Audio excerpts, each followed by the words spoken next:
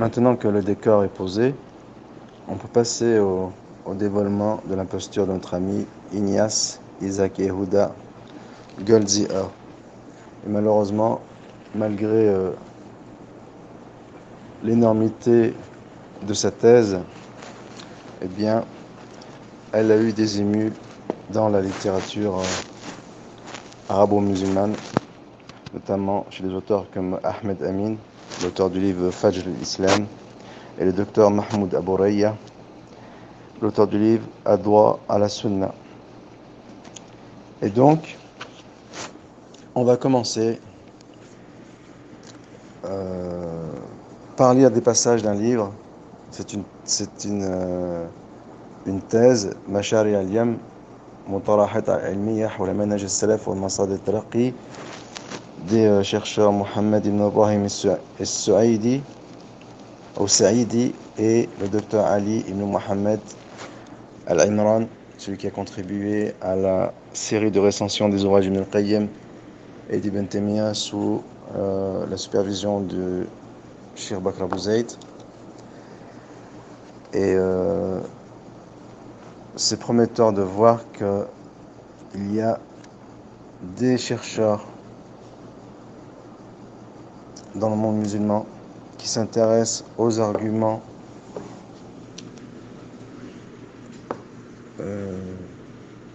qui déconstruisent l'orthodoxie musulmane, qui viennent soit de nos coreligionnaires ou bien qui viennent des instances étrangères à l'islam. Et bien sûr, il existe des séries d'études de ce genre qui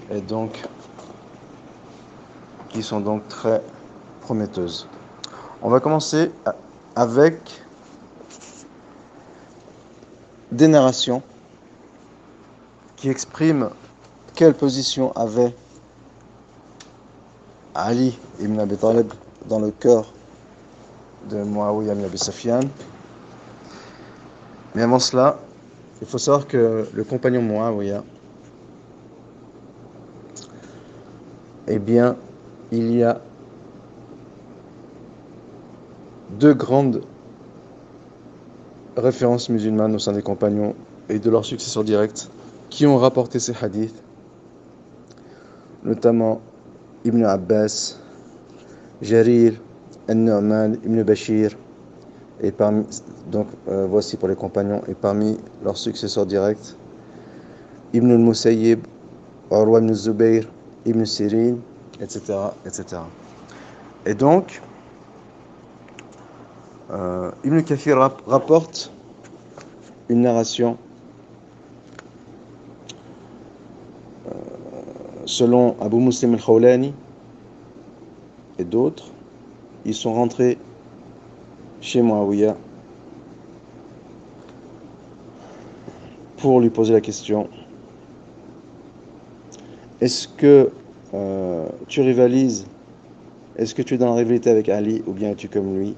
Il répondit: Wallah inni la a'lamu annahu khayrun minni wa afdal wa ahqqu bil amri minni. Par Allah, donc il prit serment, je jure qu'il est plus savant que moi, qu'il est meilleur que moi, et plus honorable que moi, et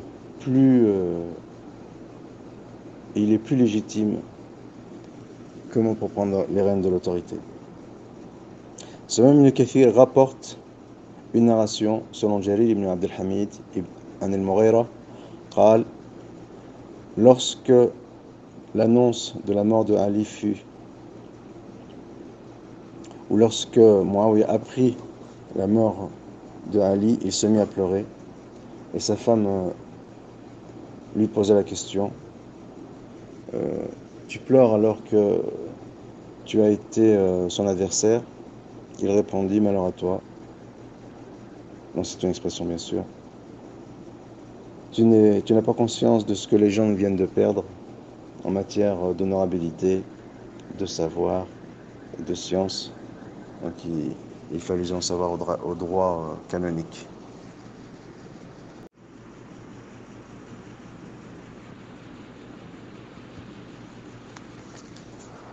Ensuite, il n'existe aucune narration authentique selon laquelle Muawiyah aurait pris à partie Ali ibn Abi Talib.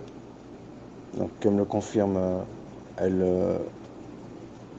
Al-Qurtubi dans son livre Al-Mufhim al-Mashkila min Talkhis Kitab Muslim. Et il témoigne que Muawiyah n'a jamais pris à partie à Ali, ni pour le maudire, ni pour quoi que ce soit, et qu'il était connu pour ses hautes vertus et ses morses insoupçonnables. Et toutes les narrations qui existent sur la chose, elles sont apocryphes et purement inventées, en vue bien sûr de discréditer. Et la seule narration authentique qui est rapportée sur ce sujet, c'est la parole de Muawiyah à Sa'd bin Abi Waqqas, qui lui a dit: et pourquoi, qu'est-ce qui t'empêche de dire du mal de Ali? Et comme le dit Qurtubi, ce texte, il n'est pas explicite sur le fait que Muawiyah a dit du mal de Ali. Il s'est simplement enquis auprès de Sa'd ibn Abi Waqqas. Il a sondé Sa'd ibn Abi Waqqas pour connaître son avis. Et donc, il y a plusieurs éléments qui laissent à penser que Muawiyah ne prenait pas à partie à Ali à partir de cette annale. Et ici, on va citer la narration en question. Donc, Marwa Muslim fi Sahihan fi Bab Fadl Ali, an Amr ibn Sa'd ibn Abi Waqqas, an Abi qal, Amara Muawiyah ibn Abi Sufyan Sa'd faqal. Donc, Muawiyah a demandé à Sa'd: qu'est-ce qui t'empêche de prendre à partie Abu Turab? Abu Turab, c'est Ali. فقال أما ما ذكرت ثلاثا فقالهن الله ورسوله فلا نسبه. Donc pour les trois raisons, il y a trois raisons qui me proviennent des textes scripturaires qui m'empêchent de le prendre à partie. فلن تكون لي واحدة منهن أحب إلي من حمر النعم. Donc si j'avais une de ces vertus qui ont été énoncées par les textes en faveur de Ali, eh bien, ce serait mieux pour moi que toutes les riches, que tout l'or du monde. J'ai entendu dire le prophète sallallahu alayhi wa sallam, yaqulu lahu wa khallafu fi maghazi faqala Ali. Donc, un jour que le prophète sallallahu alayhi wa sallam, il avait laissé Ali aux commandes de Médine lors d'une expédition, alors que Ali, il voulait prendre part au combat. Il a fait savoir au prophète sallallahu alayhi wa sallam. Il dit: donc tu me laisses avec les femmes et les enfants? Et le prophète lui a répondu: est-ce que tu n'aurais pas être vis-à-vis de moi,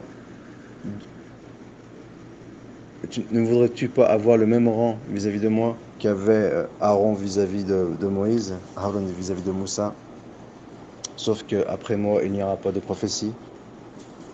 Et la deuxième chose qu'il a entendue au sujet des vertus de Ali, donc certes entendu au sujet des vertus d'Ali: demain je vais donner l'étendard à un homme qui aime Allah et son prophète, et qui est aimé par Allah et son prophète. Et ce jour-là, il a appelé Ali. Et étant donné qu'Ali se plaignait certainement d'une conjonctivite, le prophète sallallahu alayhi wa sallam, par un miracle, il lui a guéri son mal. Et au sujet du verset Faqalu, lorsque le prophète sallallahu alayhi wa sallam, il a proposé à des chrétiens lors d'une expédition chrétienne, il leur a proposé ce qu'on appelle al-mula'ana, c'est-à-dire que je rassemble ma famille et vous rassemblez les vôtres, et on invoque la malédiction contre celui de nous deux qui est menteur. Et le prophète sallallahu alayhi wa sallam, ce jour-là, il a rassemblé Ali, Fatima, Hassan et Hussein. Et il a dit, Allahumma haoula ahli. Il dit, ceux-là sont ma famille. Donc pour ces trois éléments, Saad bin Abi Waqqas, il n'a pas voulu prendre à partie Ali ibn Abi Talib.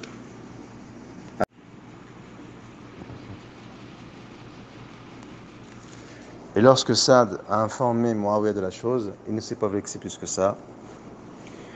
Et il ne l'a pas pris à partie. Il ne lui a pas reproché cet encensement envers Ali. Et c'est ce que souligne Nawawi rahimahullah dans Sharh al-Muslim.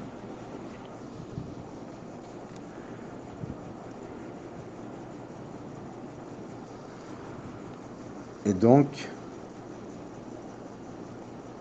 comme le dit Ibn Taymiyyah rahimahullah dans Mukhtasar al-Manhaj al-Sunnah, donc c'est un des livres Manhaj al-Sunnah qui a traité de long en large les conflits qui ont opposé les compagnons, les guerres intestines qui ont divisé les compagnons. Il y a aussi cet ouvrage de référence qui est Al-Awasim min al-Qawasim de Ibn Arabi, cette grande référence malikite. Après, on pourra avancer que en Andalousie, étant donné qu'ils vécurent sous le pouvoir dynastique des Omeyyades, eh bien, ils ont forcément un discours religieux envers eux, ce qui est effectivement le cas. Et il y a éventuellement un excellent zèle chez Ibn al-Arabi, mais en grande majorité, il élude de façon objective les conflits qui ont déchiré les compagnons. Et donc ici, dans Mukhtasar Manhaj al-Sunnah d'Ibn Taymiyyah, il dit que Muawiyah, il n'a pas refusé le tahkim al-hakamain, il n'a pas refusé l'arbitrage entre lui et Ali parce qu'il convoitait le trône. Et il ne s'est jamais fait appeler prince des croyants. Mais, avant cette période. Mais après cette période, effectivement, on lui octroie le titre de prince des croyants. Et plus d'une fois, on interrogea, donc parmi les soldats qui étaient dans son camp, ils interrogea Muawiyah. Et dit, pourquoi est-ce que tu combats Ali alors que tu n'atteindras jamais son degré, sa vertu, son honorabilité et son rang auprès du prophète notamment, puisqu'il était son beau-fils et son cousin. Donc il est plus légitime que toi pour prendre les commandes de l'Empire. Enfin, Muawiyah, comme le dit Ibn Taymiyyah, rahimahullah, il reconnaissait ce point. Il ne conteste pas ces remarques. Mais les membres de l'armée des Muawiyah, s'ils ont combattu à ses côtés,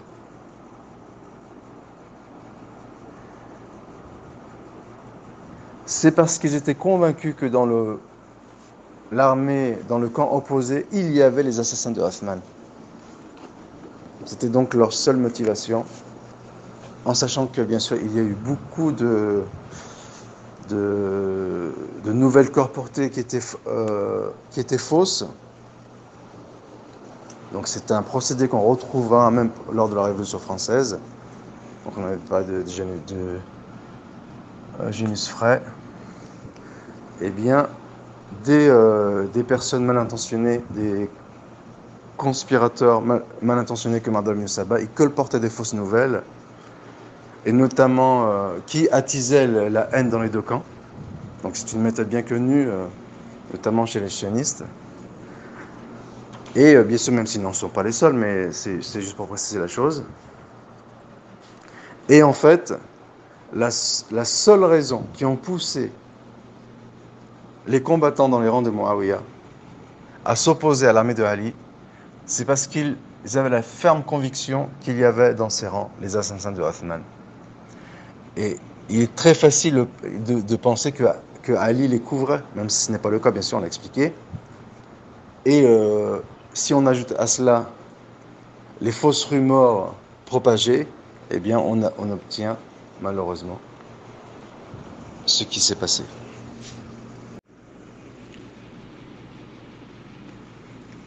En sachant, nous y avons fait mention que selon une narration rapportée par Muslim dans son recueil authentique et Ahmed, selon Saïd al-Khudri, le prophète sallallahu alayhi wa sallam a dit que ma communauté, elle va se diviser en deux grandes factions,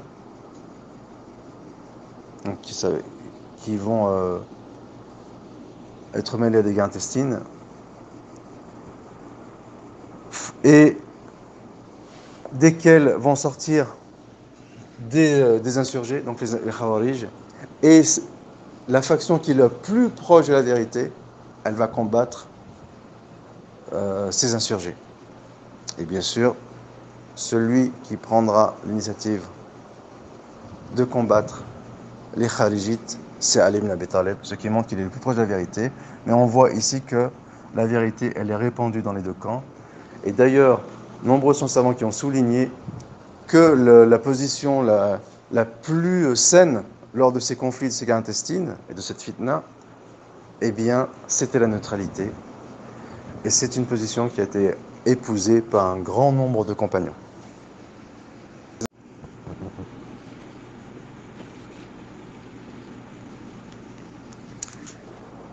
Et c'est ici qu'intervient notre ami Goldziher,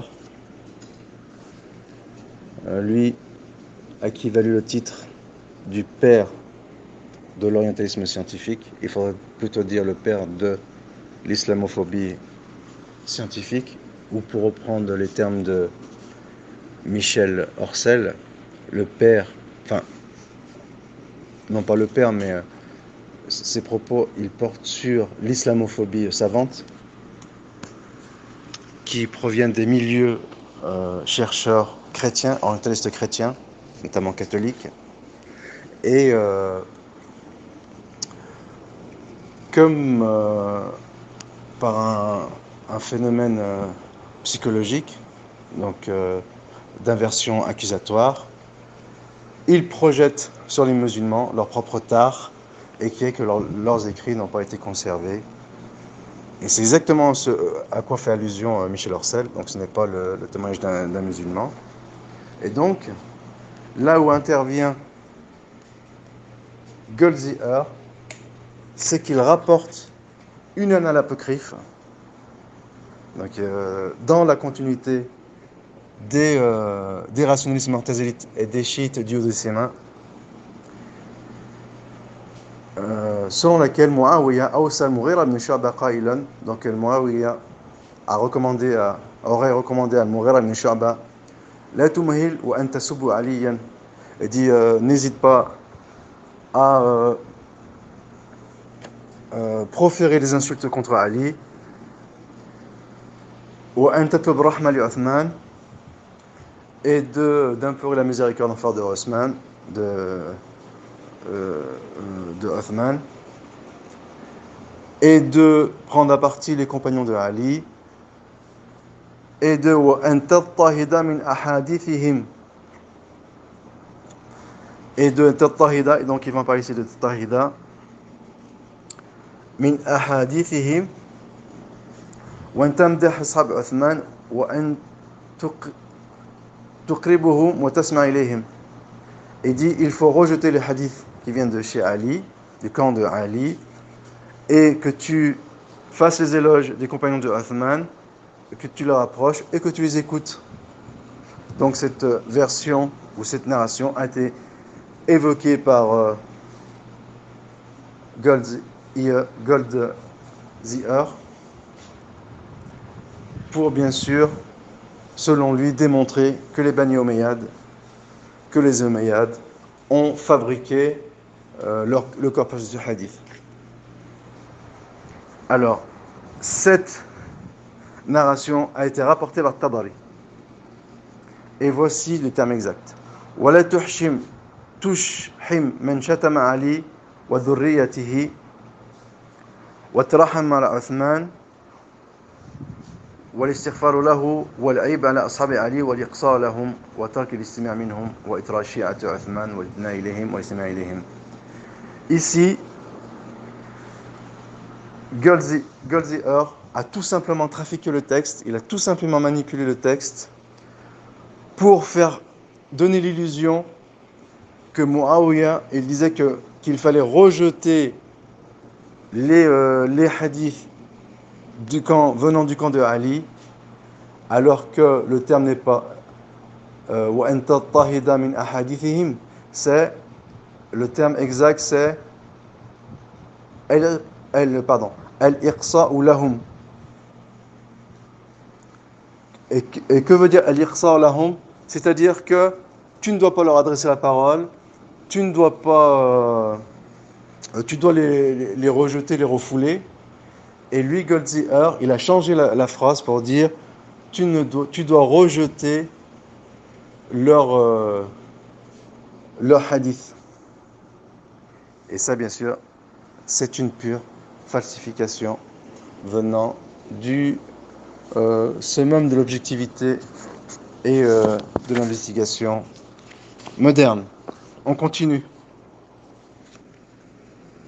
Bien sûr, nombreux sont les chercheurs musulmans qui ont fustigé cette imposture, qui ont démasqué cette imposture, notamment le célèbre Mustafa Sabah et un qui nous a quittés récemment et qui a fait l'objet de notre discours précédemment au sujet de la canonisation du Coran et qui n'est autre que El-Ardami, qu'Allah ait leur âme à tous deux et à tous ceux qui ont contribué à cet effort.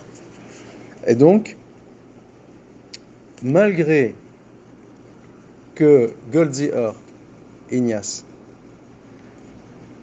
a déformé ce texte, eh bien, ce texte lui-même, il est apocryphe, il n'a aucune origine. C'est ce que dit Abu Hatim en parlant de Ibn Mukhnaf. Oh, je dois certainement déformer, écorcher son nom, qui est un chiite menteur, au sujet duquel Abu Hatim a dit Matrouk al-Hadith, son hadith il est rejeté. Et Daraqutni dit Ikhbarun da'if, Ikhbari da'if, donc c'est un faible chroniqueur. Ibn Adi a dit Shi'i muhtaraq, donc c'est un chiite invétéré. Et bien sûr, cela n'a pas empêché notre ami Goldziher de l'utiliser, de non seulement l'utiliser, mais en plus de déformer ses propos. Quand on veut nouer son chien, on dit qu'il a la rage. Et donc, bien sûr, les princes omeyyades qui ont succédé à Muawiyah, en commençant par son fils, ils ne sont pas parfaits. Il y a énormément de reproches à faire envers les Bani Omeyyades, donc ils ne sont pas aussi vertueux que Muawiyah, en tout cas pour beaucoup d'entre eux. Notamment, ils étaient parmi les grands reproches qu'on peut faire aux Bani Omeyyades, c'est qu'ils retardaient l'office et qu'il y a eu de grands massacres entre les mains de Al-Hujjaj ibn Yusuf et de Ubaydullah ibn Ziyad. Eh bien, en sachant que c'était par excès de loyalisme, non que le calife en place était illégitime, donc il faut distinguer entre ces deux choses. Et bien malgré cela, il faut mettre au compte des Omeyyades un certain nombre de fastes qu'il faut mettre à leur actif, notamment qu'ils ont agrandi les frontières de l'islam, donc ils ont élevé haut est fort l'étendard du djihad. Et comme en témoignent l'historiographe Ibn Hazm, même s'il a éventuellement un penchant pour les Omeyyades, donc on l'a dit parce que c'est un savant andalou, mais son témoignage, il est historique et il est corroboré bien sûr par la chronique et l'historiographie. En tout cas, une chose est sûre, c'est que sous l'ère omeyyade, il y a eu un fort mouvement scientifique avec les balbutiements de la canonisation de la sunna, du corpus des hadiths et du Coran, mais aussi du droit canonique. Et bien entendu, ces travaux ont été repris et poursuivis sous l'ère abbasside. Donc ce complotisme, il est complètement virtuel et utopique de dire qu'ils ont fabriqué un roman national et qui aurait été repris par leur ennemi idéologique entre guillemets, mais vraiment entre guillemets, que sont les abbassides, et qui aurait fait fructifier leur falsification de l'histoire. Et malheureusement, une aberration pareille, elle est citée en boucle par les orientalistes qui seraient au summum de l'investigation objective et malheureusement par les musulmans mal identités. Et force est de constater que le mensonge, plus il est gros, plus il est facile à faire avaler. Hitler disait, je ne sais plus si c'est Hitler ou Goebbels, qui disait, si je suis tellement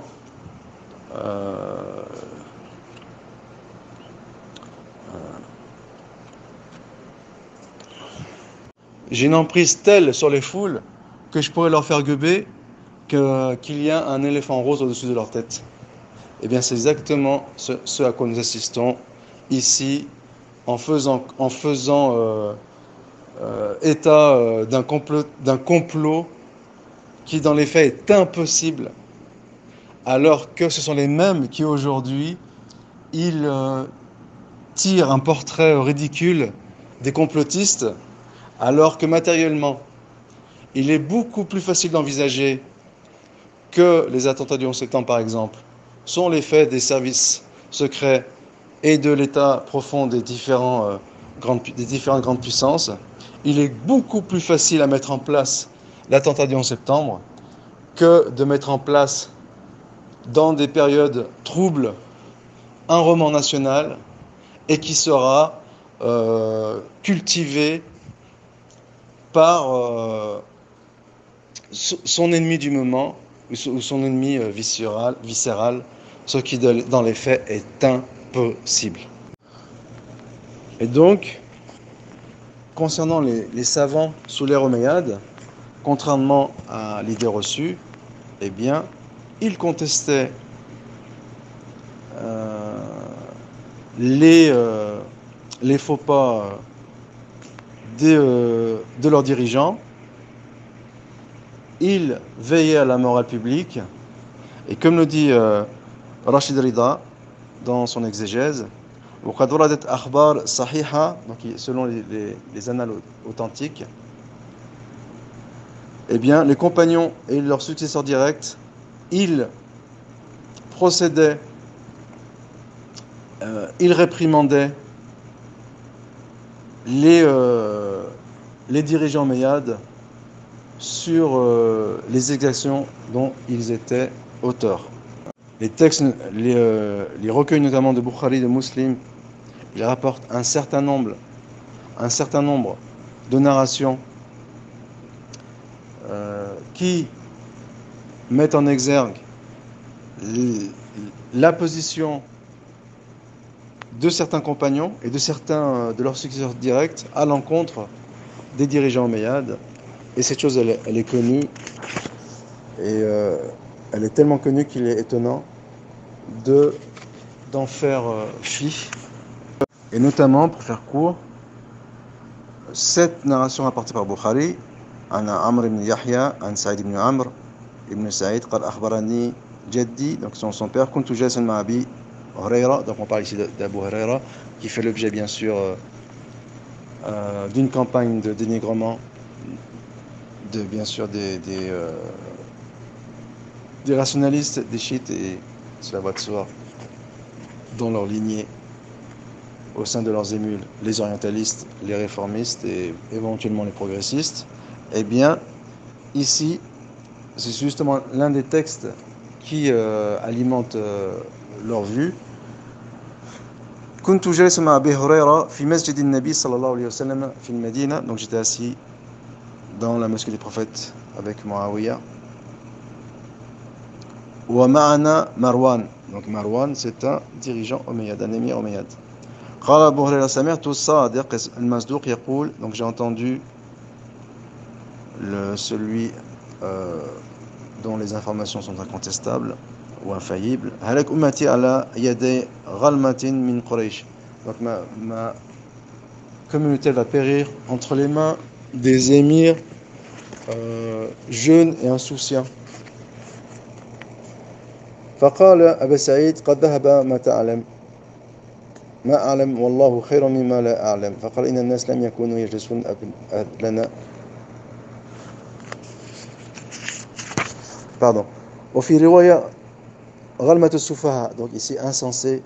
فقال أبو هريرة لو شئت أن نقول بني فلان وبني فلان لفعلت. Il dit si tu veux, je pourrais te citer les noms que m'a cité le prophète sallallahu alayhi wa sallam dans sa prédiction. وكان ذلك كما قال الحافظ في الفتح في زمن معاوية. Et il a tenu ses propos à l'époque de Muawiya. Et donc il faisait allusion aux Omeyyades. Et bien sûr, cela ne s'oppose pas à l'autre texte dans lequel Abu Huraira, encore lui, raconte qu'il a mémorisé de la part du prophète sallallahu alayhi wa sallam deux récipients. En fait, il veut dire deux formes de science, deux formes de savoir.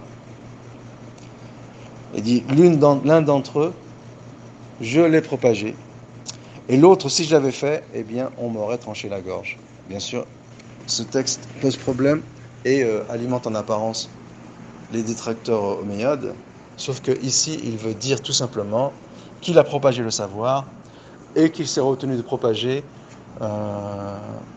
les prédictions prophétiques à l'encontre des Omeyyades, et non qu'il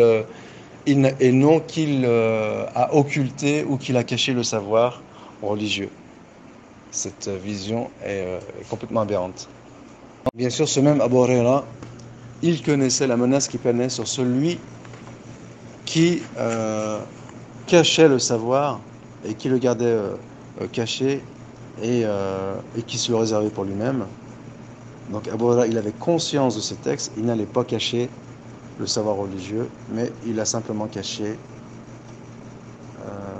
Et d'ailleurs, c'est un principe de la religion qui consiste à ne pas propager des informations qui seraient porteuses de division et autres, et qui éventuellement auraient des conséquences néfastes, soit pour l'auteur de l'information, soit pour les gens qui l'entourent. Et Ibn Battal, dans son Sharh al-Sahih al-Bukhari, il note ce point. قال المهلب وأبو الزناد يعني أنها كانت أحاديث إشراط الساعة. Donc Abu Huraira, il n'a pas parlé des hadiths de la fin des temps, de l'eschatologie. وما عرف به صلى الله عليه وسلم من فساد الدين, à l'époque où qui sera caractérisé par le déclin religieux et par une déliquescence ou une dégradation de la situation des musulmans. Et à cette époque-là, ce seront des émirs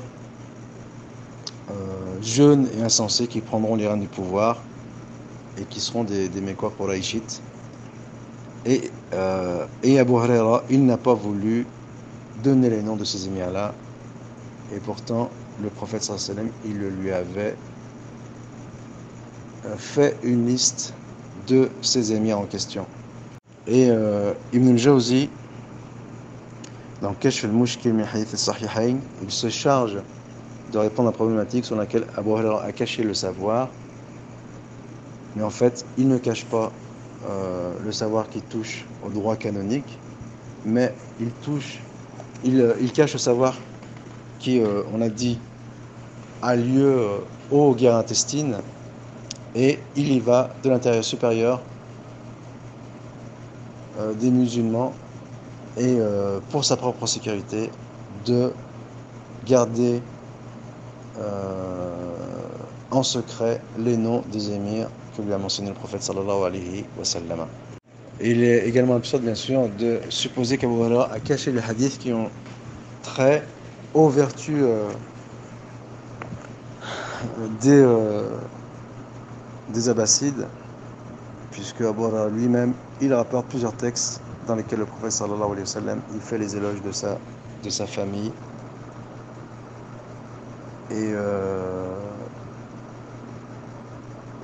Et bien sûr, qui sont les ancêtres des Abbassides. Donc, il est complètement hallucinant d'imaginer qu'Abu Huraira, il a caché ce domaine du savoir. Et bien sûr, cette tradition de répandre le savoir sans craindre les critiques de personne, elle sera héritée des tabi'in, les successeurs directs des compagnons, avec à leur tête Sa'd ibn al-Musayyib. Et bien qu'ils étaient loyalistes, et donc ils n'étaient pas en porte-à-faux avec l'autorité en place au sein des Omeyyades, eh bien, ils n'avaient pas peur de dénoncer les exactions dont étaient coupables les émirs. Et cela nous ramène vers le fameux Az-Zuhri. Et là, nous allons nous rendre compte du poteau rose. L'imam Az-Zuhri, bien sûr, c'est une grande référence au sein des tabi'in.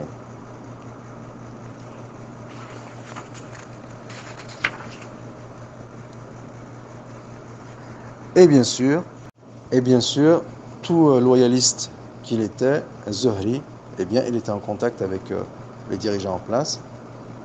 Et bien sûr, il n'était pas le seul à se particulariser par cette position, puisque c'était la position dominante.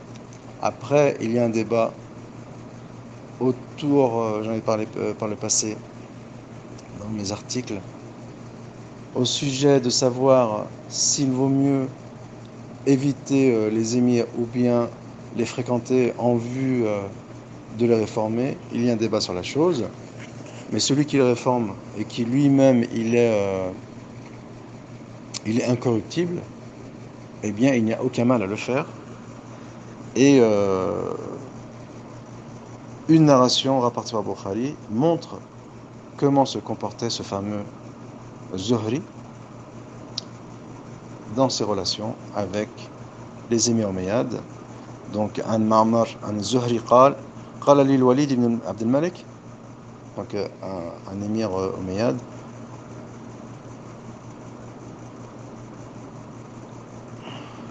أبلغك أن عليا كان في من قذف عائشة. Il dit, est-ce qu'on t'a mis au courant, donc il parle à Zuhri, est-ce qu'on t'a mis au courant, donc il veut prendre à partie Ali, que Ali a fait partie de la campagne de diffamation à l'encontre de Aïcha. قلت لا ولكن قد أخبرني رجلان من قومك. Cependant, deux hommes qui font partie de ton clan m'ont informé que Abu Salama ibn Abdurrahman ou Bakr ibn Abdurrahman, donc Abu Salama ibn Abdurrahman, Abu Bakr ibn Abdurrahman, qui font partie de ton clan, m'ont informé que Aïcha qalat lahuma, que Aïcha leur a dit, kana aliyan musliman fi sha'niha, farajahuha falam yarja, faraja'uhu falam yarja. Ici il dit, Aïcha l'a dit, Ali il était musulman vis-à-vis de moi, lors de ma cabale et de mon épreuve. Elle veut dire, il a eu un comportement musulman dans le sens où il n'a pas participé à la campagne de calomnie avec les hypocrites.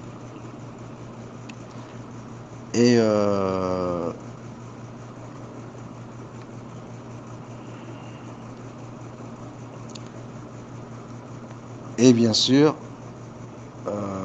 ici, Zuhri, il rapporte une narration qui défend Ali. Donc bien sûr des accusations infondées, des diffamations, il y en avait des deux côtés, et en l'occurrence ici des Nassibites. Et ils ont voulu attribuer à Aïcha l'idée que Ali, il a contribué à la campagne de diffamation, et là, Zuhri, il a démenti cette allégation qui elle-même est une calomnie, est une diffamation. Zuhri, il n'a fait que corriger cette narration, parce qu'ils avaient changé musulman par musulman, on veut dire musulman, ils ont dit qu'il avait une mauvaise position.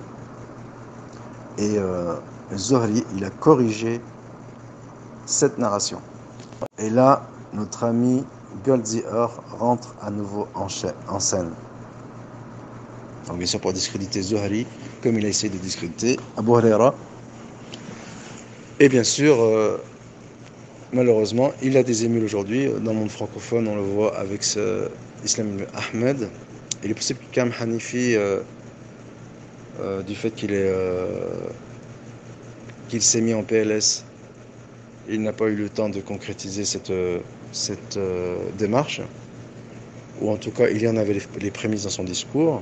Mais on nous a promis qu'il allait renaître de ses cendres, tel un phénix. Eh bien, ce jour-là, nous l'attendons de pied ferme. Et donc ici, notre ami Goldziher, il rapporte une narration de Ibrahim ibn al-Walid qui serait présenté, il est Zuhri, avec des feuillets. Et il a demandé l'autorisation, donc c'est des parchemins, il a demandé l'autorisation de propager les hadiths qui y étaient consignés. Et Zuhri le lui aurait autorisé. Il lui aurait dit et qui d'autre que moi ne peut t'accorder cette autorisation. وأن وضع حديث لا تشد الرحال إلا إلى 3 مساجد المسجد الحرام المسجد الأقصى والمسجد الأقصى مسجد الرسول والمسجد الأقصى. Donc un hadith qui est rapporté par Bukhari et Muslim, donc sur lequel s'entendent à authentifier Bukhari et Muslim. Eh bien il dit que Goldziher dit que ce hadith il est l'invention, il est le fruit de l'imagination de Zuhri en faveur des émirs omeyyades. Et là, on va voir de ce qu'il en est réellement. Donc, Goldziher poursuit. Il dit que Zuhri aurait fabriqué ce hadith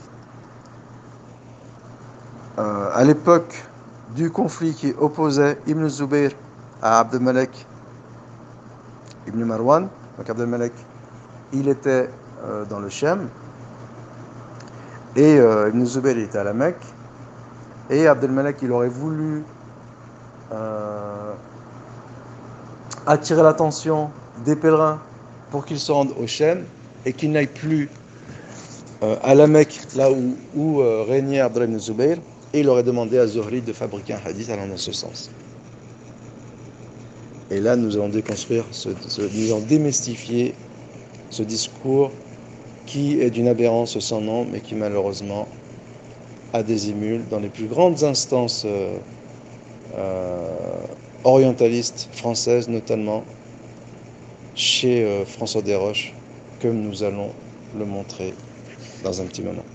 Alors le premier texte, en supposant qu'il soit authentique, il ne pose pas de problème, étant donné que Ibrahim ibn al-Walid leur a exposé des hadiths qu'il a écrits sur un parchemin à son maître, Zuhri, et il lui aurait autorisé à le divulguer. Et c'est bien sûr, cette coutume était courante dans les milieux savants. C'est ce qu'on appelle l'ijaza. C'est une autorisation de transmettre le savoir. Donc ce texte ne pose aucun problème. Et pour ce qui est de l'autre texte, dans lequel le prophète il aurait dit de ne pas consacrer de voyages religieux en dehors de 3 grandes mosquées, eh bien, il faut savoir un certain nombre de choses. La première, c'est que la plupart des historiens, ils mettent en avant que c'est El-Walid qui a construit le dôme de rocher, et non Abd al-Malik ibn Marwan. Et Zuhri est né en 51, ou selon une hypothèse, en 58 de l'Hégire.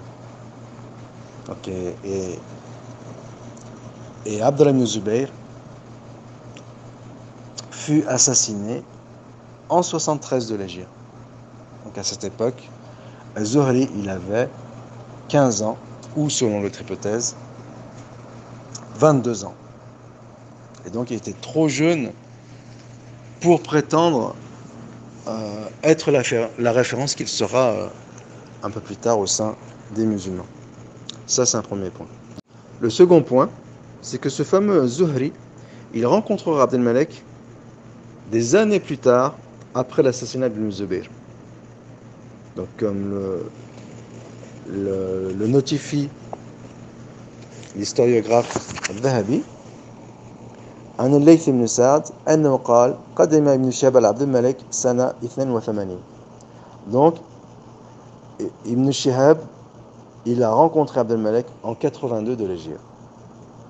Et بعد مقتل ابن زبير بسنوات. Donc longtemps après le décès d'Ibn Zubayr. Ensuite, quant à la prétention de dire que le but était d'attirer l'attention des musulmans afin qu'ils se rendent au dôme de rocher et qu'ils n'aillent plus à la Mecque au lieu du pèlerinage, ça bien sûr ça c'est une aberration sans nom. Et il est inimaginable qu'une grande référence musulmane il participe à une telle opération et qu'ensuite les références musulmanes se taisent après lui, notamment après la période de Mayad, sous l'ère abbasside, on aurait laisser perpétrer ce mensonge. Et bien ce cas de figure qui est purement virtuel, mais malheureusement les gens ils ne se représentent pas une telle absurdité, ils l'avalent parce qu'ils accordent une confiance aveugle au monde moderne et à l'instigation moderne qui serait objective par excellence, et ils l'avalent sans se poser de questions alors que c'est une absurdité sans nom. De toute façon, les musulmans n'avaient pas besoin de ce hadith pour vanter les vertus du dôme de rocher, puisqu'un verset sans charge, Subhanalladhi asra bi abdi laylan min al-masjid al-haram ila al-masjid al-aqsa alladhi barakna hawla. Surat al-Isra, verset 10. Gloire à celui qui a fait voyager son serviteur de nuit de l'enceinte sacrée vers l'enceinte éloignée ou qui est bien sûr le temple de Jérusalem. Donc, Abd al-Malik n'avait pas besoin d'inventer un hadith, puisqu'il avait un verset se chargeait de tisser un portrait élogieux du temple de Jérusalem, en plus bien sûr d'autres hadiths sur le sujet. En plus que le hadith en question, il est rapporté par Bukhari et Muslim, s'il vous plaît. Et là, la cerise sur le gâteau, et on fera la même démonstration tout à l'heure avec notre ami François Desroches. Et c'est ce que fait aussi également, malheureusement, Issam ibn Ahmed, on a pris la main dans le sac, lorsqu'il dit que le hadith de la vision de Dieu sous les traits d'un imberbe, qu'elle est rapportée par Ka'b al-Akhbar, eh bien nous répondons qu'il n'est pas le seul à le rapporter. Il y a une panoplie de savants qui rapportent ce hadith autre que de Ka'b al-Akhbar. Et bien là, c'est exactement la même chose. Ici, il y a une panoplie de savants, il y a un florilège de savants, je ne sais pas si le terme est bon, qui, autre que Zuhri, qui rapportent ce hadith. Les recueils de hadith, ils en font état avec des chaînes narratives différentes. Il est rapporté notamment par Bukhari min tariq Abi Sa'id min ghayri tariq az-Zuhri wa kadhalika Muslim. Donc Muslim notamment et Bukhari, il rapporte ce hadith par d'autres rapporteurs ou par des voies autres que celles de Zuhri. Ensuite, encore une fois, quand bien même Zuhri aurait effectivement inventé ce hadith, qu'en est-il des savants après lui? Comment aurait-il pu taire ce mensonge et sous quelle impulsion, sous quelle pression et sous quel intérêt, avec quel intérêt? Notamment lorsque le pouvoir il passera entre les mains des Abbassides. Là, nous touchons les sommets de l'absurdité. Sachant que, comme le précise Ibn al-Qayyim, dans Al-Manar al-Munif, que tous les hadiths qui vantent les vertus d'homme de rocher, c'est-à-dire non pas Jérusalem, mais le dôme du rocher, eh bien, ils sont faibles. Là oui, ils sont inventés. Donc, les savants, ils ont depuis tout temps procédé à la critique des hadiths. Ils n'ont pas attendu le 19e siècle que naisse Goldziher pour nous apprendre que l'objectivité, c'est de critiquer les mauvais hadiths et de garder les bons hadiths, puisqu'ils ont mis en place une discipline afin de séparer le bon grain de l'ivraie. Donc, en toute logique, ils rejettent les hadiths inventés. Et en l'occurrence, tous les hadiths qui ont trait au dôme du rocher, eh bien, comme le souligne Ibn al-Qayyim, donc qui pourrait être classé selon les critères chiites et rationalistes comme narcibites, ce qu'on dirait maintenant plus vulgairement wahhabite, même s'il est un anachronisme, eh bien, il dit que tous les hadiths qui vantent les vertus du dôme de rocher sont faibles et inventés. Donc voilà encore un élément aggravant qui met à nu l'aberration dont s'est fendu Goldziher, le grand spécialiste et le père de l'orientalisme scientifique. Et comment une sommité pareille aurait-elle pu contribuer à boycotter le pèlerinage, alors que nous sommes à une période très proche de l'avènement de la prophétie? Il est peu probable qu'une sommité pareille, déjà outre le fait que ça le discréditerait entièrement, et on n'a pas le témoignage de savants venant soutenir cette idée, et il est peu probable que quelqu'un de son rang contribuerait à boycotter le Hajj. C'est invraisemblable à cette époque. Cette affirmation, elle est purement virtuelle. Malheureusement, c'est une tare du monde moderne, c'est de s'imaginer des choses qui sont purement virtuelles, dans un formalisme. Bon, bien sûr, ça a toujours existé, hein, ce sont les Grecs qui nous l'ont transmis. Eh bien, ce formalisme consiste à imaginer des choses qui sont purement virtuelles et qui n'ont aucun lien avec la réalité, surtout quand on les replace dans leur contexte historique, et qui démontrent que ces inventions d'équilibration de l'esprit, elles sont plus absurdes qu'autre chose, et pourtant on les élève au rang de production intellectuelle, au sommet de l'objectivité. Et si on continue avec notre ami, parce qu'on n'est pas au bout de nos surprises malheureusement, Goldziher, eh bien, il rapporte la parole de Zuhri disant Inna haoula akrahuna ala kitabati ahadith. Il dit ces gens-là, ils nous ont imposé, nous ont forcé, nous ont obligés d'écrire des hadiths. Donc là, voilà, Zuhri a pris la main dans le sac, le crime est dévoilé, et donc c'est par ces biais que sera écrire tout le roman, par son biais que sera écrit tout le roman orthodoxe et sunnite, et qui perdurera jusqu'à aujourd'hui. Donc il est très difficile de voir exposer ce genre d'aberration, mais puisque nous sommes obligés, eh bien nous le faisons. Ici, Zuhri, il n'est pas en train de dire qu'il a fabriqué des hadiths en vue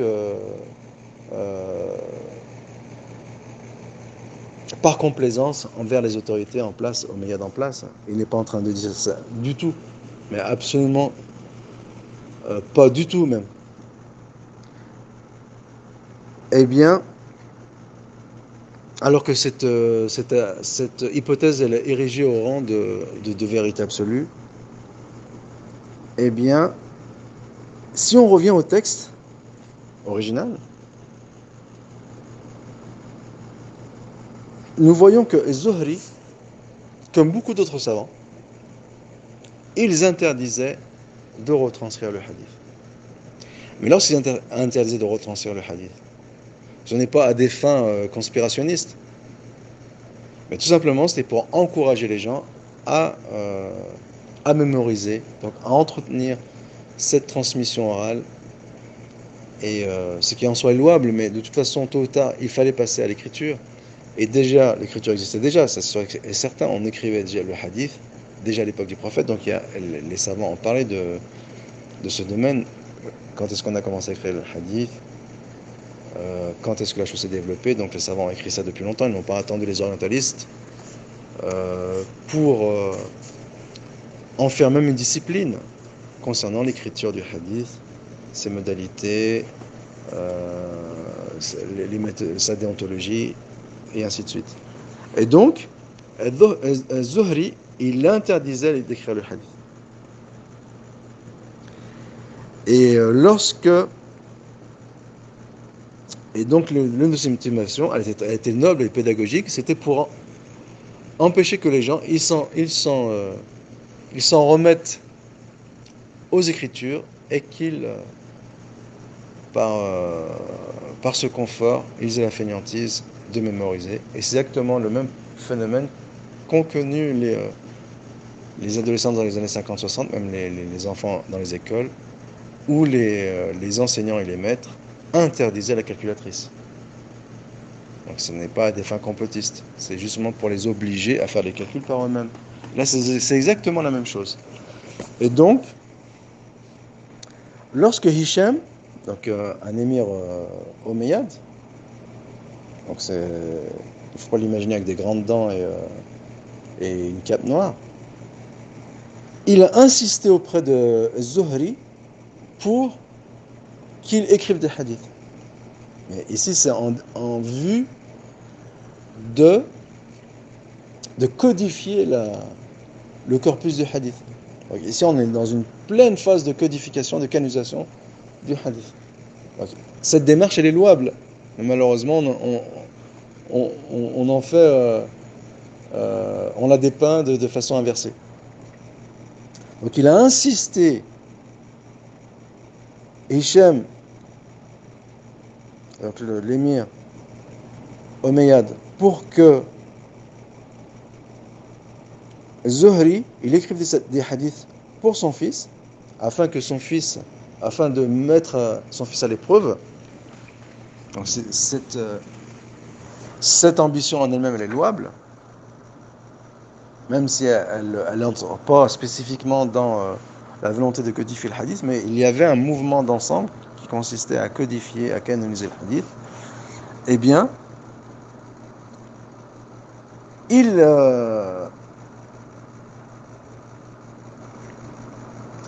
Il se soumet à sa volonté après maintes tentatives et il lui a retranscrit 400 hadiths. Et lorsqu'il est sorti de chez Hisham, il a crié à haute voix, de plus haut de sa voix, Ya ayyuhan-nas, ô gens, inna kunna mana'nakum amran qad badalnahu al-an li haula. Donc nous vous avions interdit une chose, mais malheureusement que nous faisons nous-mêmes et que nous en faisons nous-mêmes envers cela. Il dit cela. Donc on voit qu'il est condescendant. C'est pas qu'il est condescendant ou hautain, c'est que il ne leur donne pas euh, cette euh,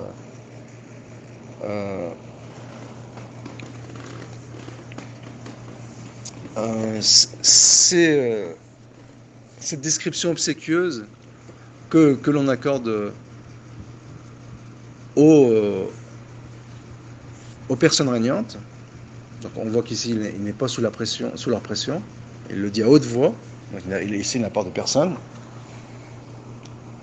فإنه للأمراء أكرهونا على كتابة الأحاديث. Il dit ces émirs, comme ça il dit, ces émirs nous ont obligés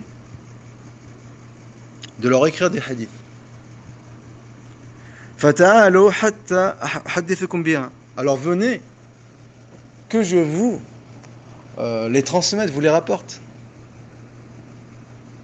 Ensuite il dit فحدثهم ب400 حديثا. Et il a ce jour-là, donc pour montrer qu'il n'est pas sous l'influence des Omeyyades et qu'il avait cet esprit d'équité, donc ne pas privilégier les émirs de son savoir.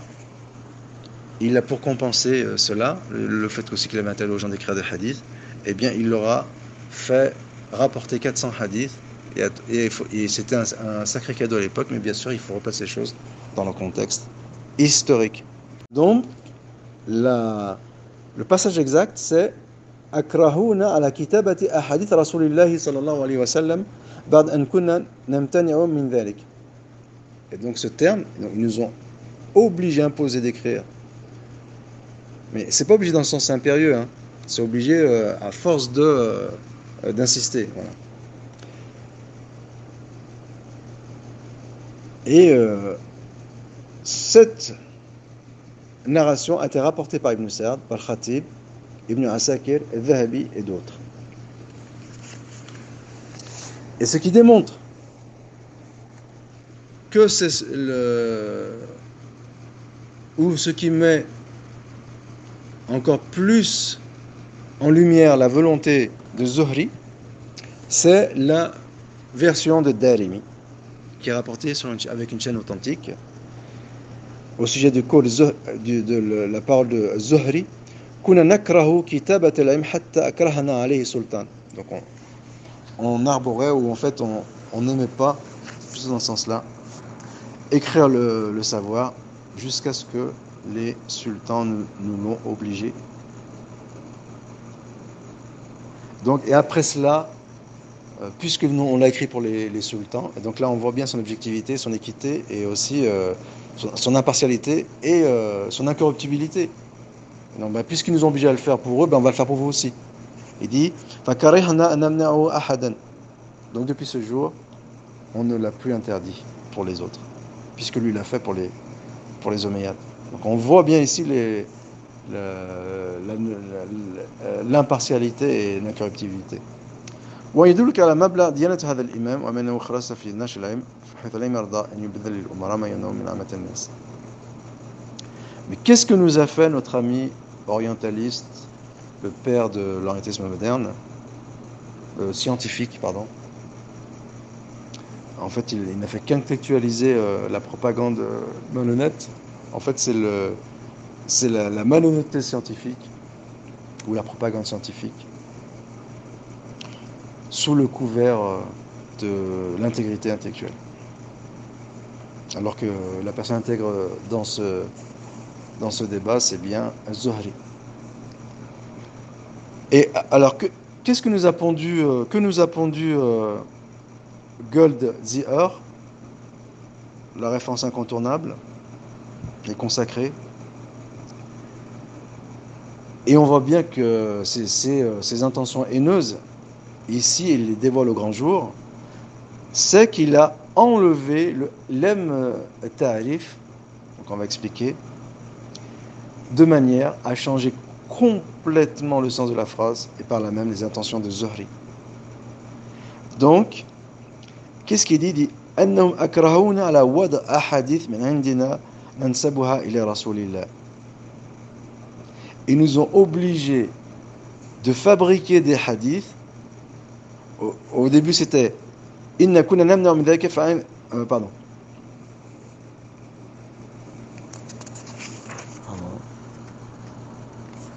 Ils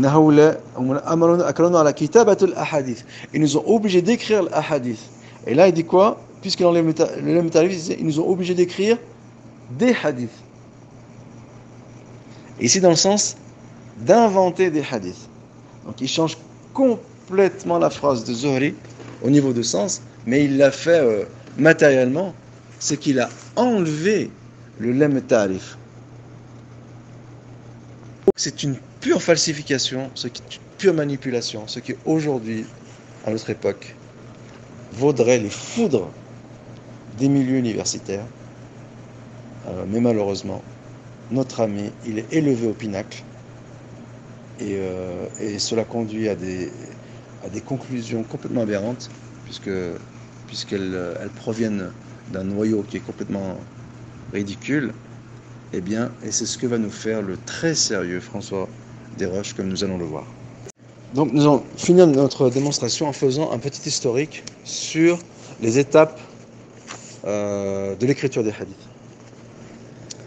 Donc اشتهر عند كثير من الباحثين أن الحديث بقي أكثر من 100 سنة يتناقل العلماء حفظا دون أن يكتبوا. Pendant environ 100 ans, le hadith, il était mémorisé, donc se transmettait par voie orale, sans qu'on le retranscrive par écrit. وأن أول ذلك أن أمر عمر بن عبد العزيز, donc en 151, en 101, qui est mort en 101, de l'Égypte, Omar ibn Abd al-Aziz, il a réclamé à Ibn Shihab al-Zuhri, qui est mort en 124, à peu près,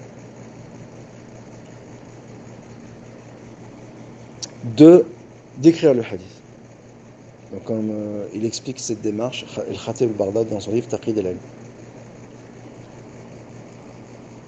Et donc, voici les étapes successives qui ont eu lieu et qui ont abouti à cette démarche, ou qui ont abouti à ce processus. Voici les démarches de ce processus, ou les étapes de ce processus. نهى النبي صلى الله عليه وسلم من كتب الأحاديث أول الأمر. Dans un premier temps, le prophète sallallahu alayhi wa sallam, il a interdit d'écrire le hadith.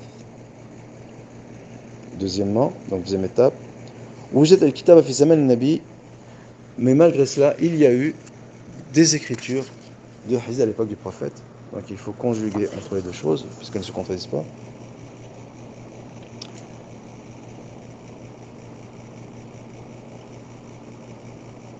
Mais en fait, c'est parce que le prophète il interdit dans un premier temps, en vue de ne pas mélanger le hadith avec le Coran.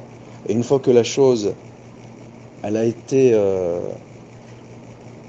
une fois que le danger il a été écarté, eh bien, on a été plus souple avec l'écriture du hadith. Et à l'époque des successeurs directs des compagnons, on a commencé à écrire. Bien sûr, parallèlement à la mémoration du hadith.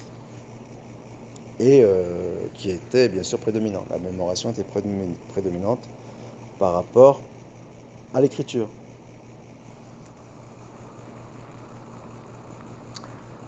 Comme le dit Ibn Shihab al-Zuhri lui-même, le besoin s'est fait de plus en plus ressentir d'écrire le hadith en vue de le conserver et de le canoniser. Quatrième étape, donc il y a une extension de la chose. Donc on va de plus en plus écrire le hadith. Et à l'époque des Tabirines, et la raison principale, c'est qu'il y a plus en plus de chaînes narratives. Et il faut donc les retranscrire, les enregistrer. Donc, c'est à des fins organisationnelles.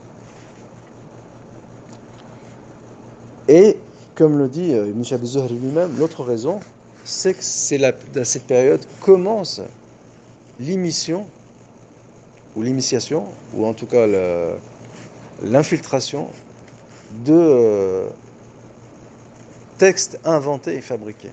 Donc c'est tout le contraire de ce que nous dit Goldziher. Et donc on a ressenti le besoin d'écrire le hadith. Et la cinquième étape, c'est que l'État, donc ici en l'occurrence le Omeyyade, il prend en charge. Donc c'est noble. À notre époque, on considérait cela comme le summum de l'avortisme étatique en faveur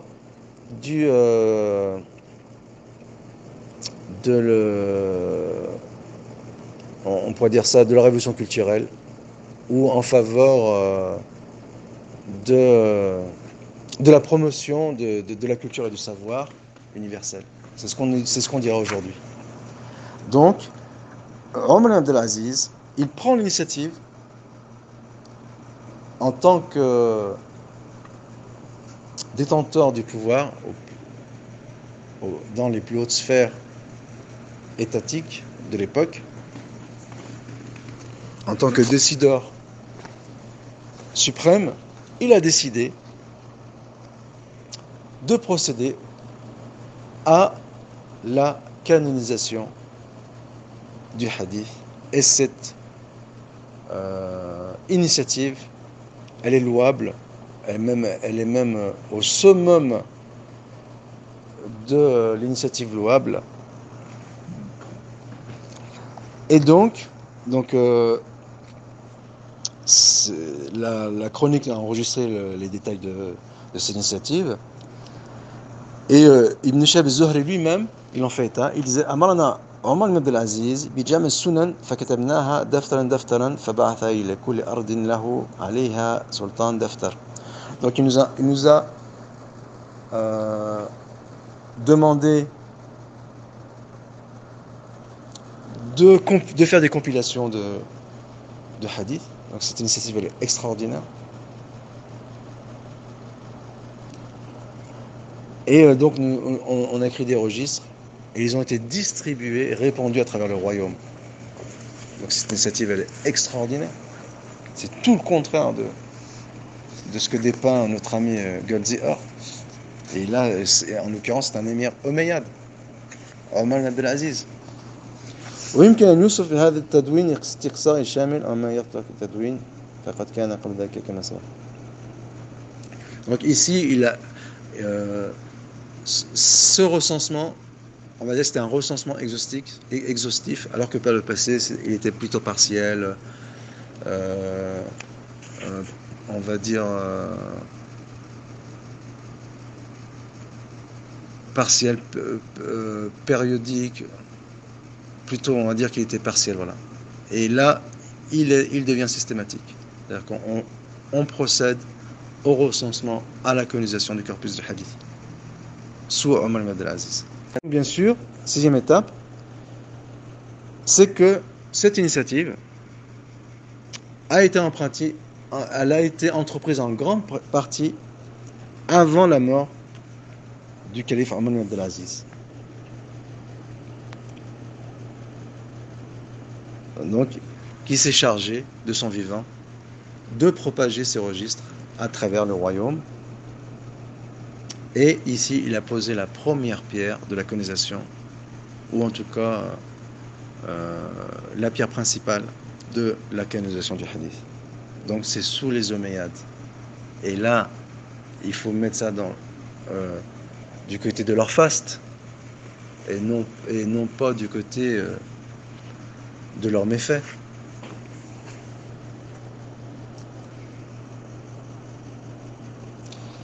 Et ensuite, donc cette initiative, elle s'est répandue au sein de la génération de Zuhri.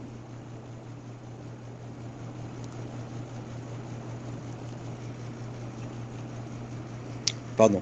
Cette initiative, elle s'est répandue la génération suivante, donc après la génération de Zuhri, entre les mains, notamment à la Mecque d'Ibn Jurayj, à Médine d'Ibn Ishaq et Saïd ibn Abi Urwa, Wal-Rabi' de l'imam Malik, à Bassora de Hamad, à Koufa Thawri, et dans le Sham Al-Awza'i, et ainsi de suite. Et nombreux de ces savants qui ont participé à cette révolution scientifique, eh bien, ils ont propagé le savoir après la chute de l'Empire omeyyade. L'imam Malik, par exemple, Ibn Ishaq et Hamad, ils viennent après l'époque omeyyade, après 131.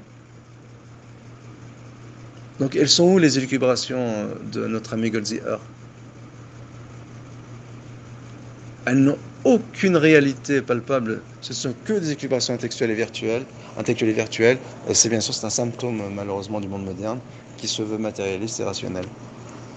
Donc, le déclin de l'Empire omeyyade est enregistré en 132 de l'Hégire. Alors que ce mouvement scientifique, il prendra sa mesure tout au long du second siècle. Donc, en plein cœur de la dynastie abbasside. Et lors du IIIe siècle, eh bien, c'est l'époque, donc nous sommes encore dans l'époque abbasside. En fait, on dit Qarn al-Thalith, on va dire troisième génération. En troisième siècle, oui, on dit en troisième siècle, premier siècle, c'est la troisième génération. On va assister à l'émergence des grands recueils encyclopédiques comme le Musnad d'Imam Ahmad, de Musaddad, de Ishaq ibn Rahawayh, de Sahih Bukhari, Sahih Muslim. Ensuite, il y aura les Sunan Abi Daoud, Sunan Nasa'i, Ibn Majah, Tirmidhi. Donc, l'écriture, l'enregistrement de cette canonization, elle a commencé à l'époque de Zuhri, du vivant de Omar ibn Abdelaziz, qui est mort en 101. Et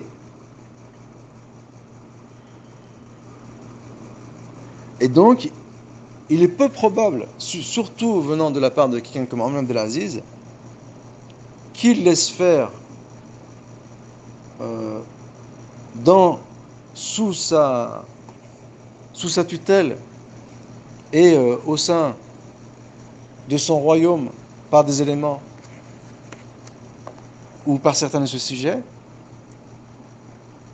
une conspiration qui consisterait à fabriquer des hadiths et ensuite les propager. Ce cas de figure, ce scénario,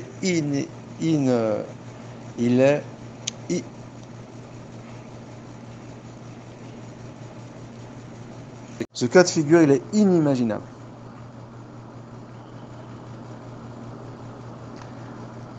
Et de toute façon, ce mouvement qui a été amorcé par Mohammed Abdelaziz, il a continué sous l'ère abbasside. Donc après le déclin des Omeyyades. Et donc lorsque le pouvoir il passe à son adversaire idéologique, et donc en théorie, il aurait dû remettre les choses en place et corriger ces travers Omeyyades.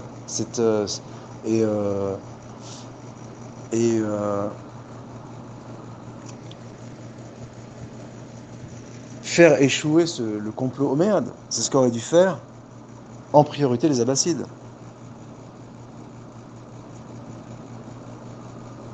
Et sous l'époque omeyyade, ou à cette époque, donc de la compilation ou de la canonisation du hadith, personne n'a jamais eu idée, au sein bien sûr, on parle des références sérieuses, de remettre en question Zuhri, ni aucune autre référence de la première époque, au sein des traditionnistes, qui sont des traditionalistes.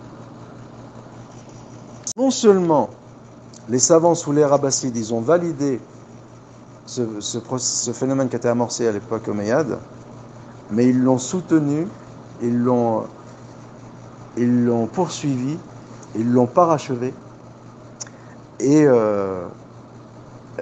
la chronique sérieuse, si on parle scientifique et savante, ils ont enregistré les vertus de Zuhri.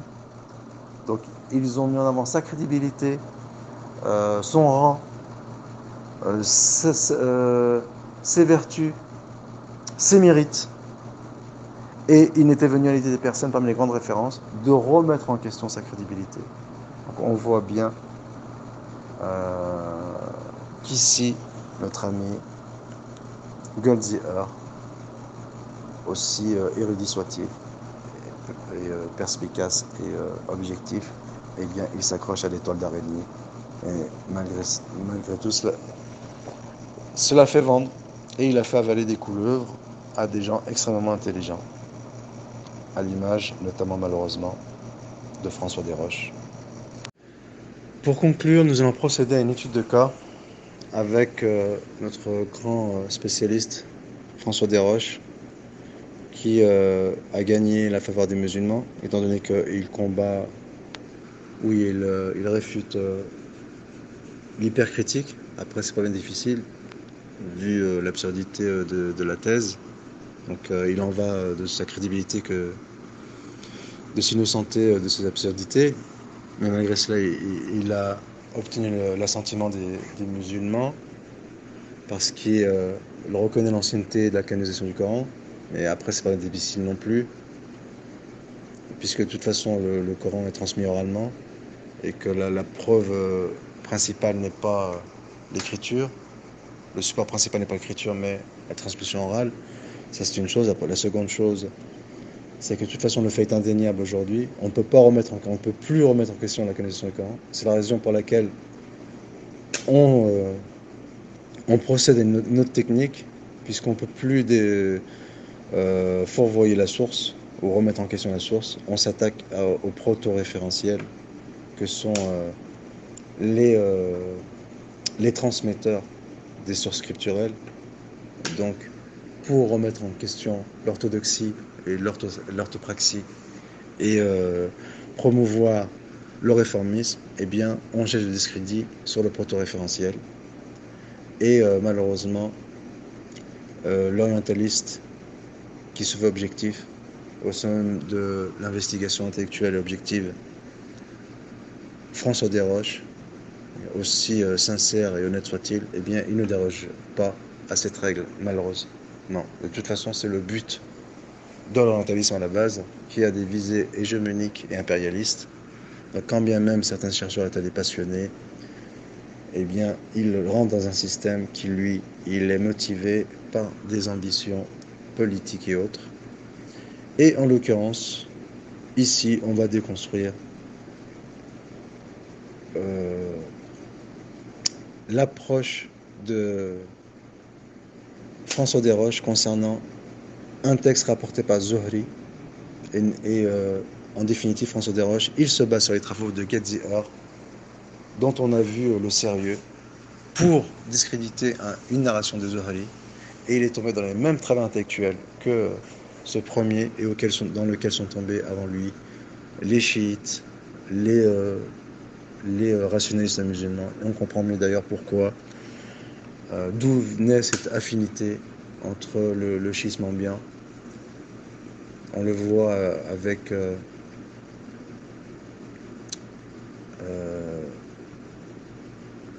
on le voit notamment avec Mohamed Ali Amir al-Mouazi, donc un universitaire d'origine iranienne, historien islamologue français, spécialiste du chiisme, et qui est diplômé de l'Institut national des langues et civilisations orientales, docteur d'État en islamologie et de l'école pratique des hautes études, l'université de Sorbonne Nouvelle. Il occupe à l'école pratique des hautes études le poste de directeur d'études en islamologie classique. Donc il boycotte les thèses venant de chercheurs d'obédience sunnite, ce qui est le comble pour un pays comme la France, qui se veut loin des débats intracommunautaires. Et donc il tient le poste de directeur d'études en islamologie classique, jadis tenu par Louis Massignon, Henri Corbin et Daniel Guémaret. Sa direction d'études intitulée Exégèse et théologie de l'islam chiite est la seule consacrée au schisme dans le monde académique occidental. Membre du comité éditorial de plusieurs revues académiques et professeur invité dans plusieurs universités d'Amérique du Nord, d'Europe et du Proche-Orient, il est chercheur correspondant à l'Institut of Ismail Studies et membre de l'Académie ambrosienne depuis 2015.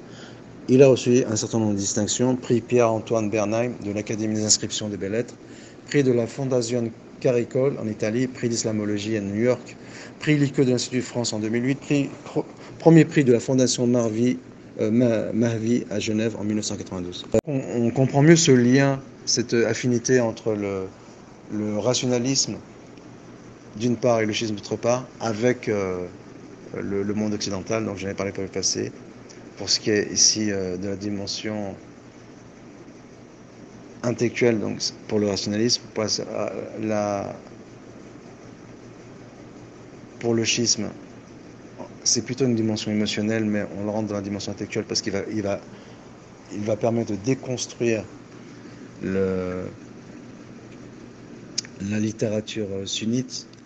Et pour ce qui est de la dimension purement émotionnelle et mystique, eh bien, le soufisme, il a bonne presse auprès des chercheurs occidentaux ou de la recherche occidentale, ou plus exactement de l'orientalisme, qui actuellement se fait nommer islamologie. D'ailleurs, on pourrait expliquer la raison pour laquelle on est passé de orientalisme à islamologie, ce serait très intéressant.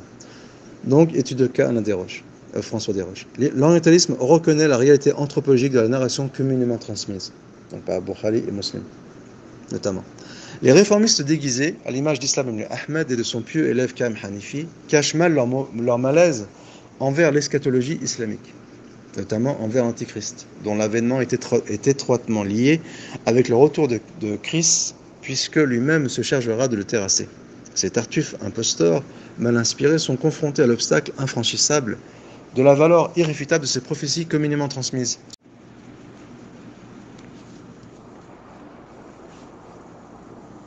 Les orientalistes eux-mêmes furent confrontés à cette difficulté qu'ils pallient tant bien que mal à cause de contorsions, de distorsions et de tergiversations dignes d'escapins des grands soirs.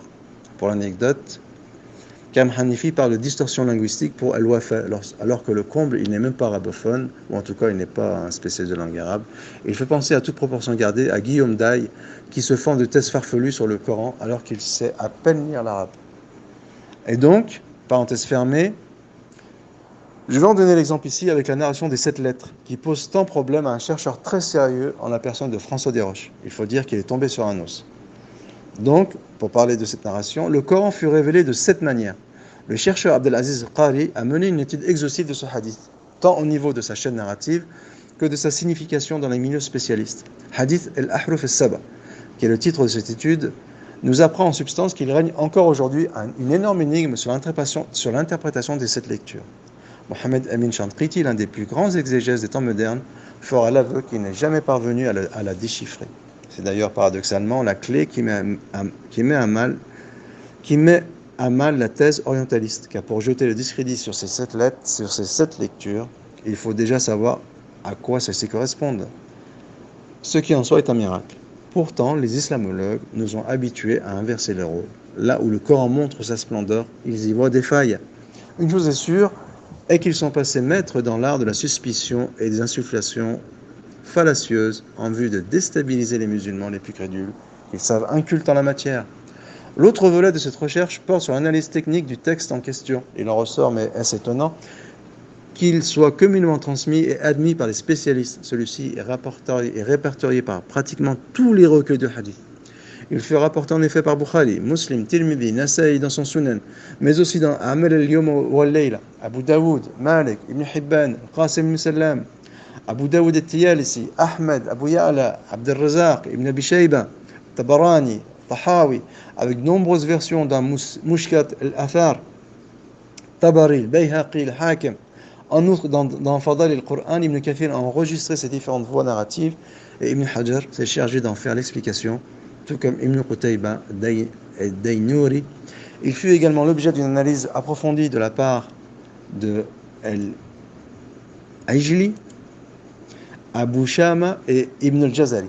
Dans sa chaîne narrative, nous trouvons en amont des compagnons illustres tels que 3 des califes Omar, Othman, Ali. Il y a aussi Ubayd ibn Ka'b, Abdullah ibn Mas'ud, Abu Huraira, Mu'adh ibn Jabal, Hisham ibn Hakim ibn Hizam, Ibn Abbas, Al-Amr ibn al-As, Hudayfa ibn al-Yaman, Ubada ibn Samit, Sulaiman ibn Sard al-Khuza'i,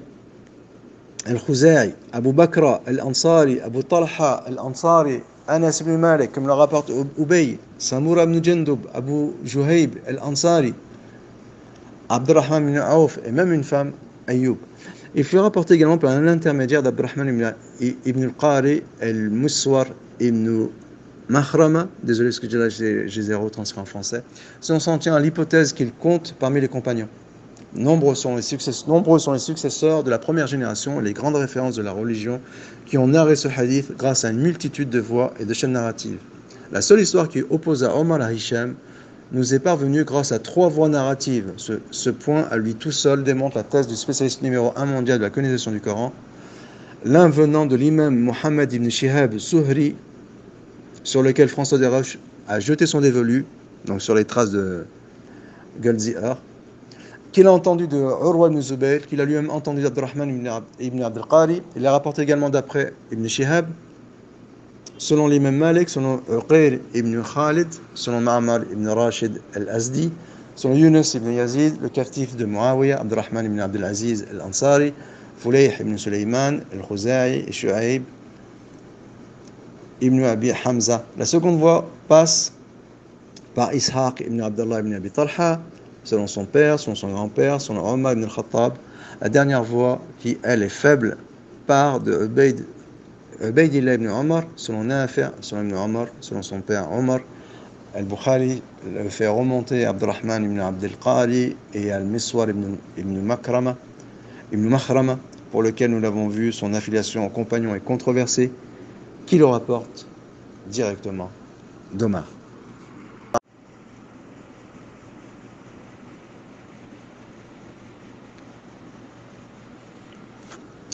Or, le degré d'identification d'une chaîne narrative, dite communément transmise ou communément admise, est un phénomène anthropologique qui n'est pas une construction apologétique musulmane.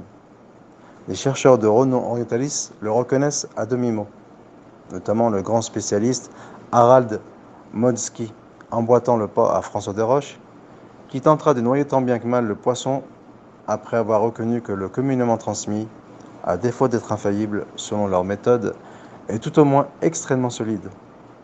On pourra constater alors la conclusion malhonnête à laquelle adhère Desroches, qui est pourtant réputé pour son intégrité intellectuelle. Voici donc un extrait de sa pastille,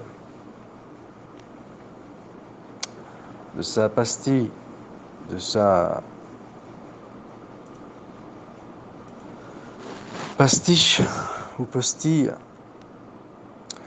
dont s'est fendu François Desroches et qui confine à la schizophrénie, tant il est partagé entre son intégrité intellectuelle et la volonté de faire passer un message, ou en tout cas de rester fidèle à la pensée du maître auréolé d'une couronne qui n'est autre que Gold.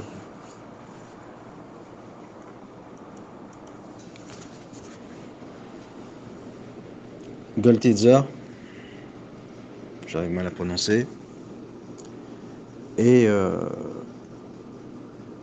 pourtant, avec toutes les sommes qui sont allouées à ces chercheurs, ils devraient faire un peu plus d'efforts pour arriver à des conclusions objectives et pertinentes, mais est-ce réellement leur volonté? Eh bien, à défaut de le savoir, on va citer le texte en question. Il nous dit donc: les données transmises par la tradition musulmane ne doivent toutes pas être rejetées en bloc. J'aime beaucoup cette introduction de François Desroches. Donc bien sûr là, il se base sur les travaux dont on a vu la teneur de notre héros Goldziher. La réflexion méthodologique sur l'utilisation du hadith a été renouvelée en premier lieu par Gauthier Tuembol, qui, prenant en considération aussi bien l'isnad que le matan, a développé des analyses qui permettent d'apprécier plus précisément la valeur de ce matériel. Afin de mieux comprendre ce système de transmission, nous pouvons suivre la façon dont Harold Modsky, qui se rattache à ce mouvement de réhabilitation critique du hadith, s'est appliqué à étudier les traditions dominantes sur la mise par écrit du Coran. Sa présentation permet de voir comment, en utilisant isnad et matan, il est possible de faire apparaître le lien commun des récits. Dans un premier temps, il prend en considération isnad et matan afin de reconstituer la chaîne de transmission pour chacune des versions de l'histoire de la récension d'Abu Bakr. Cela lui permet d'identifier le personnage qui constitue le lien commun qui se trouve à leur point de départ, Ibn Shihab al-Zuhri, mort en 742.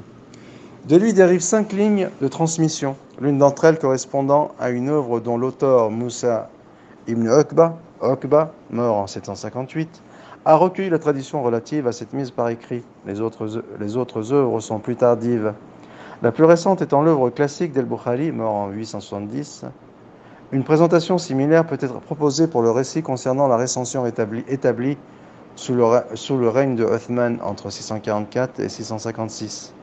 Dans le texte du Sahih al-Bukhari, l'information est précédée de l'isnad suivant.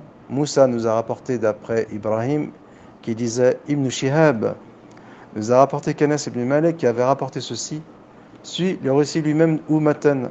Dans ce cas encore, on retrouve comme lien commun de la chaîne de transmission le même, devinez qui, Ibn Shihab al-Zuhri. Comment expliquer cette situation? Donc là, il va nous faire l'étalage de sa schizophrénie, de son conflit intérieur. Modsky envisage 2 possibilités. L'une est que le résultat de son analyse reflète effectivement le processus de transmission et fait apparaître la source réelle des différentes versions. L'autre possibilité est de considérer qu'il s'agit d'une fabrication postérieure à Zuhri. Pour écarter cette possibilité, donc il l'écarte, Modsky fait valoir qu'il serait difficile qu'un nombre important de transmetteurs, donc il tient compte de ce fameux phénomène anthropologique, de transmetteurs et collecteurs de traduction aient employé la même façon de procéder alors que d'autres étaient possibles, et plus encore qu'il existe un lien étroit et simultané entre les isnad et les 20 matans qui ont circulé. En d'autres termes, il existe des groupes de matans associés aux transmetteurs initiaux, une situation qui rend plus improbable une manipulation. Donc là, il est déchiré entre son moi et son surmoi. On va le voir. Ce type d'étude permet de répondre aux critiques sur la genèse du hadith, en montrant que les hadiths, dans leur forme initiale, remontent à une période beaucoup plus haute que celle des compilateurs classiques qui ont vécu au IXe siècle. Là, il n'a pas inventé la poudre. De plus, la découverte au cours des dernières décennies des textes dont la rédaction remonte au 7e siècle et qui contiennent déjà ces informations contribuent à renforcer la valeur de ces données. Il n'en reste pas moins, voilà, là c'est son démon qui lui parle, que la question se pose de savoir quel a été dans l'espèce le rôle de Zuhri. Oui, parce qu'il a une ligne directrice, c'est Goldziger.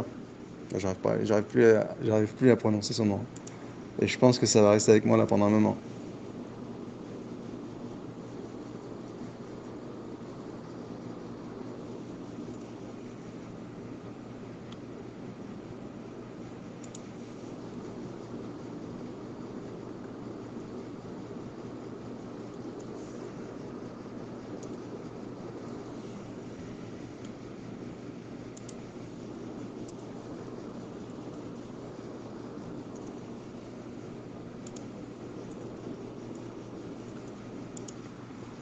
Et donc il cherche à rester fidèle à Goldziher. Il commence à émettre à noyer le poisson dans l'eau. Il dit il n'en reste pas moins que la question se pose de savoir quel a été dans l'espèce le rôle d'Az-Zuhri. Modsky reconnaît, on sent l'air de culpabilité. On reconnaît d'ailleurs qu'il est possible de considérer qu'il a inventé les 2 traditions, relatives l'une à Abu Bakr et l'autre à Uthman. Donc bien sûr, c'est ce que lui retient sur les pas de Goldziger. et qu'il les a ensuite enseignés aux différents personnages qui apparaissent comme ces transmetteurs directs. On peut aussi penser qu'il a effectivement transmis des informations recueillies. On peut aussi penser, mais en fait c'est la base. Parce que comme dit Metzki, il a été communément transmis, communément admis. Donc c'est pas on peut aussi, c'est. Et là, bien sûr, il nous montre l'art de l'enfumage, dont il est passé maître. Mais après, il reçoit un salaire mensuel. On peut aussi penser qu'il a effectivement transmis des informations recueillies auprès d'informateurs d'une génération antérieure. On peut aussi penser. Alors que c'est le asl, c'est l'origine, c'est le principe même de la transformation de l'Isnet.